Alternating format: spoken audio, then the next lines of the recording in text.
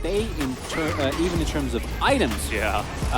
It's really good. I think DRX is, they're going to get in here, miss on the bandage toss, and I think that Vi is just going to be left to the wolves. But this engage is happening, and down goes Ghost. No summoners, no chance as in comes a big Shyvana. And she is trying to do something, but not amounting to too much as Pyosik on the Viego is now Leona.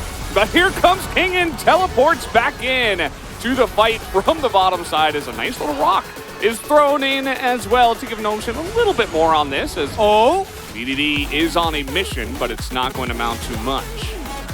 Okay. Poor sad Mummy remains sad, but DRX's team are happy. And this is how it begins. Beryl does miss the bandage toss, but Vi goes all the way through. And this early on, you just don't have as much skirmishing power with the composition of Nongshin. The fact that they are just a little bit too excited to kill Pyosik there means that the Shyvanas are going down. Really nice from King to actually join this fight, even though it's a bit belated. And then BDD basically saves the play. And then here, it's everything about that is sad. He gets his Q wind-up cancelled, and then as he tries to go over the wall, he gets hit with Perfect Thrust. And he doesn't have to. Then Seal's broken anyway. I don't need the teleport.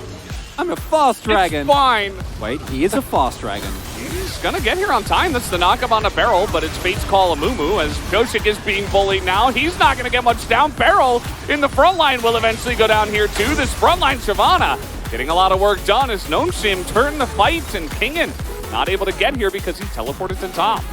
And this is again going to be a trade, but picking up early two Drakes, especially this ends up being like a mountain in of itself. All of them are relevant. Yep. Okay. Cloud Mountain and Hextech, all super relevant. In addition to that, Shyvana gets a ton of extra resistances for every Drake that you get. So even if Nongshin is not able to get any Drakes until they skill into later points in the game, they're still going to be very happy here, and it's the zone control from BDD. And initially it looks like maybe Nongshin don't want to fight and just take the Drake, but because of the teleport advantage that or rather the teleports both being unavailable, but it being a 5v4, they hard commit. DRX seem unaware what is happening until the dragon is in their face. Away from the level 8 Leona engage. Ult for an ult. Ana's got a big bar here ready to go, and now there's no Heartbreaker. Pyosik just 5v1'd, and DRX are not here to try to save him. Nongshin now getting ready to take down their third Drake. Oh, I don't think they know about Zeka. They don't seem to know about Zeka as Ghost gets into a perfect position into the pit. He has this front line. BDD, though, is going to get threaded down by the side of DRX, and Def's got a nice angle on the left side. Zeka now is outputting so much damage in this fight, but again, Ghost gets over the wall. Looks like at the end of the day, though, DRX might just barely come ahead in this skirmish, but it is a third Drake into the hands of Nongshin, obviously. So DRX is going to pull off a 20-minute Baron. And benefit here is that Pyosik, as he was caught earlier, feeling a little too invulnerable himself, didn't have his Heartbreaker available, and as a result, the lockdown comes through. And then this fight is a little awkward from Nongshin. It's somewhat of a split call where it's only Dread who is actually doing damage to the dragon, and that means that Vi is out of the fight for a really long part, so you're missing a lot of CC, you're missing a lot of damage, and then as a result, I'm actually shocked that it was as close as it was up until this point. And yeah, Nongshin, if both Ghost and Snowflower just walk off her, they both live. So where? Massive for me would be like 10,000. Okay. Speaking of which, we have a pretty massive engage, but Ghost is going to get away, and this is under the turret, but they get through the entire bar of Leona, but it costs so much of their health bars as now the big dragon's going nuts in the back line. Deft is going to go down, and Kana finally gets low, but it might not matter at all, as Kingen, though he is incredibly tanky. And look at Zeka! He's just by himself in the back line as well, is able to pick off Ghost finally, but he will be traded back. So Nongshin are able to stem the tide of this Baron push. That's huge. That's amazing. They don't even give up the inner. And that was some heavy-duty Shyvana lifting that we saw there. Kana just completely zoning did Kana. Very proud of him. Loving that attack, especially in a resourceless champion. As what is actually happening here is it's hard engage, Ghost stays alive for a very time, and then everything gets thrown into Snowflower. Ghost isn't fed by any means, but he's still more than enough, has more than enough damage available when everyone is this clumped up. And then the fact that they're able to still get this much damage down with Kana tanking so much, coming up huge for his team. Really, really nicely done.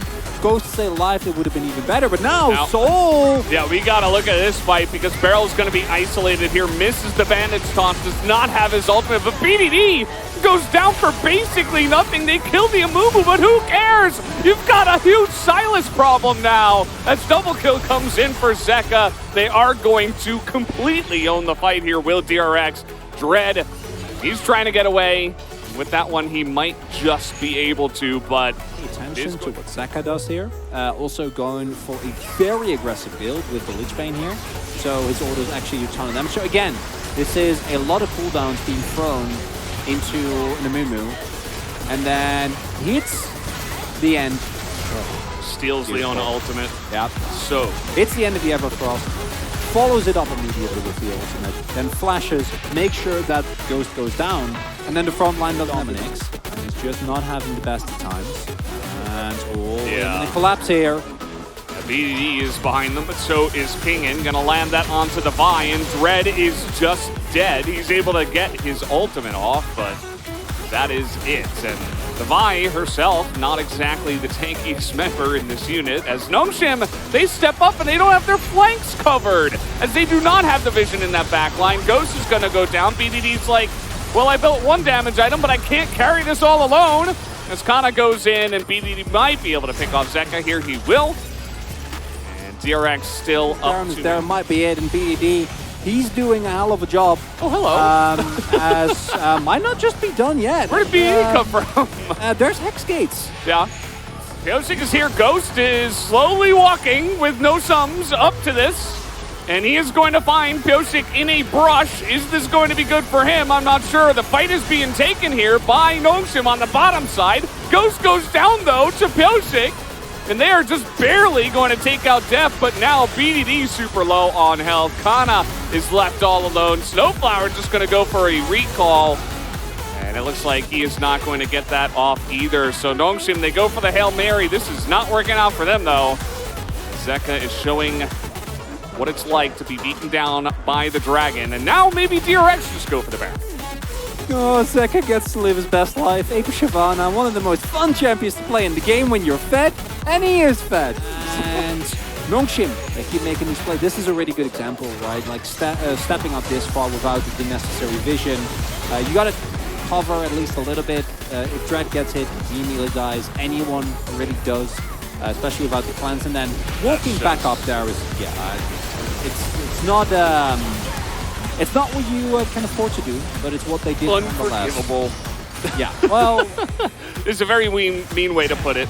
Yeah, but yeah, I mean, they did not have wards on their flanks, and the Vi ultimate was stolen, and I don't want to really beat the dead horse on this one. Just a mistake there, and yeah, Ghost gets isolated on the top side too as he's trying to run into this one. Definitely a bit of a sloppy setup. The fact that BDD lives here is deeply funny to me because he gets away from Zeka, that's one thing, and then he just leisurely TPs out as both Viego and Amu are like, wait, hold up. And now, Brett's there. Brett's there. He is there. Can he make it into the pit? The answer is no.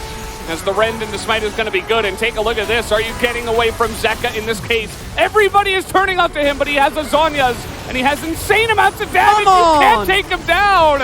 As the Kingslayer will just keep him alive bit by bit. Finally, they do kill the raid boss, but it's not going to matter because okay, fellas, I'm very respectful of Def's Kalista. Oh, hold up.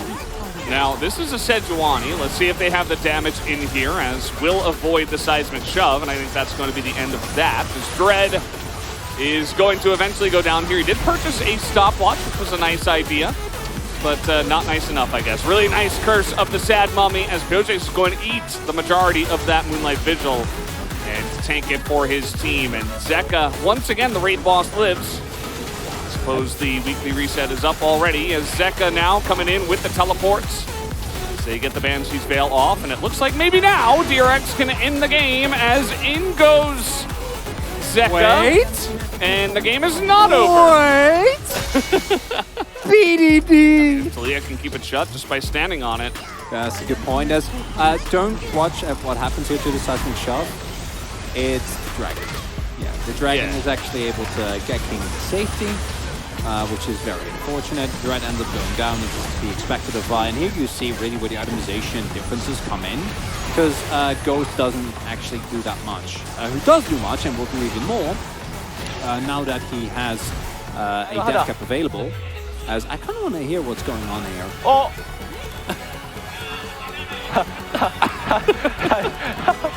sorry. Yeah. Sorry. Oh, I mean, they do have Callista, and they do have position. Wait. And Noshim are not really responding to this very well. So this is going to be Baron going over the side of DRX.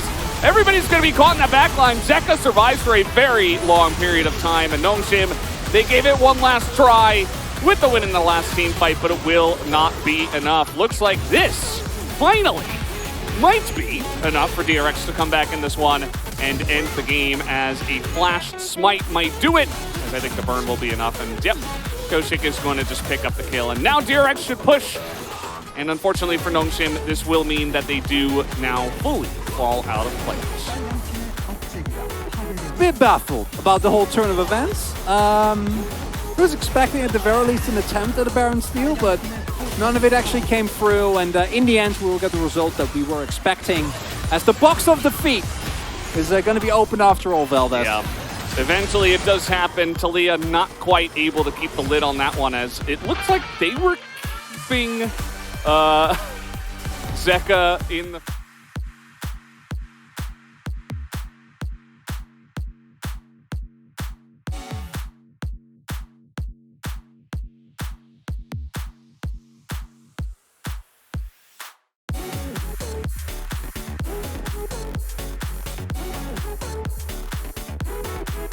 둘, 셋.